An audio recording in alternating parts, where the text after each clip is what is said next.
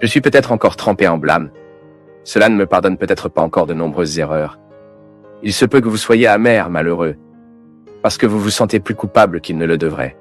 Peut-être que cela ne devrait pas se sentir, ou vous savez, ne pas même laisser la culpabilité, mais elle est inévitable en nous. La vie est comme ça.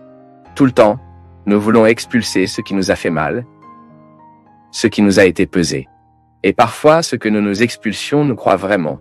Ainsi, essayez donc de gérer les images, les scènes qui vous blessent la vie de la prière. Dans le renouvellement charismatique, j'ai appris quelque chose de très beau. Le père Alirio Pedrini, prêtre de la congrégation du Sacré-Cœur de Jésus, très spiritualisé, a beaucoup écrit à ce sujet. Quelle est la prière de la prière d'amour? C'est que vous attrapez tout ce qui était lourd dans votre vie, c'était désagréable, les gens qui vous ont blessé, et vous vous mettez dans la prière par la mémoire, parce que nous sommes créatifs. Nous avons la capacité d'imaginer, vous pouvez nous imaginer avant cela personne et vous leur parlez dans l'état de prière. Et que demande la prière aimante? Puissions-nous avoir cette liberté intérieure de pardonner l'autre pour tout ce mal qu'il nous a fait. Les gars, cela donne tellement d'effets. J'ai prêché beaucoup de retraites à ce sujet. J'ai beaucoup vécu cela dans ma vie. Tout comme le témoignage que nous avions d'une dame là au Portugal.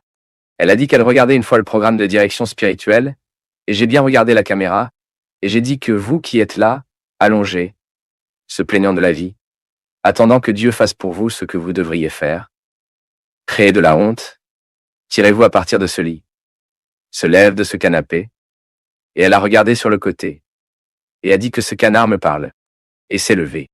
Et sa vie n'a jamais été la même. C'était un témoignage que nous y avons reçu.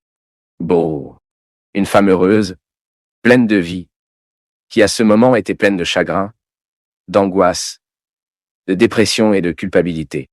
Mais elle s'est levée. Il a réussi à se réconcilier, les problèmes ont continué, mais elle était là, prête à y faire face. Il est si important que vous pensez que Dieu célèbre également votre joie. Nous pensons simplement qu'il sera heureux quand nous ne mangeons pas de chocolat, n'est-ce pas? Je pense que le contraire.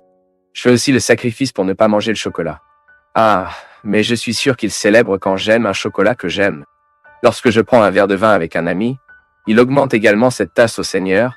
Celui-ci est pour le Seigneur, qui aimait tellement le vin, a même fait le premier miracle se multiplier. Jésus voulait la fête.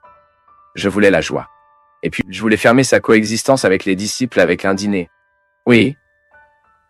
Qui était marqué par la tristesse, mais aussi par l'espoir de continuité. Et c'est toujours bon à chaque fois que nous n'avons rien à faire.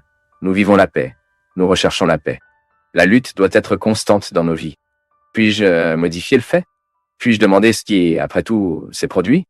Sinon, nous ne pouvons demander à Dieu que de nous aider à accueillir ce fait désagréable à la place de nos cœurs, afin que nous puissions continuer nos vies en paix.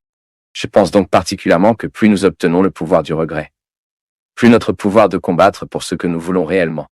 Pas la faute. La culpabilité me plongera dans la tristesse, et plongera dans cette tristesse. Je perds la capacité de prendre des initiatives. Puis je répète les erreurs. Répétant les erreurs. Répétant les erreurs. Et je crois que si nous savions qu'il allait mourir demain, comme Jésus savait qu'il mourrait, nous aurions un très grand besoin de rassembler des gens que nous aimons. Donc si vous connaissiez la même manière que vous partez et que ce n'est pas une obligation d'être avec une personne qui vous a invité, un ami pour que vous viviez une chose intéressante, si vous saviez qu'un de vos amis mourrait et qu'il vous a choisi au milieu de nombreux autres amis pour être avec lui cette nuit-là précédant sa mort, se sentiriez-vous obligé d'aller? Ou seriez-vous heureux d'avoir reçu l'invitation? Mais alors nous sommes touchés par ce moment de foi qui nous donne la certitude que Dieu marche avec nous, que nous ne sommes pas seuls. Il ne s'agit pas de comprendre Dieu en tant que Khan, non, mais comme une force intime qui nous émoure, qui nous porte. Un Dieu si intime que nous ne savons plus comment le distinguer, le séparer de nous. Cela fait partie de notre intimité. Et c'est lui qui renouvelle notre joie, c'est lui qui enlève la fatigue de la route, la déception de la croix. C'est lui qui nous offre le pain qui nous nourrira dans cette...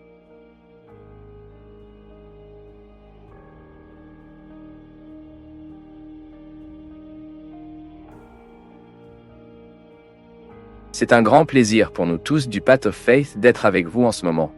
Veuillez partager vos impressions sur le sujet d'aujourd'hui dans les commentaires, soutenez-nous en aimant la vidéo et aidez à la diffuser en l'envoyant à vos amis. Abonnez-vous à la chaîne pour rester toujours connecté et recevoir nos nouvelles vidéos.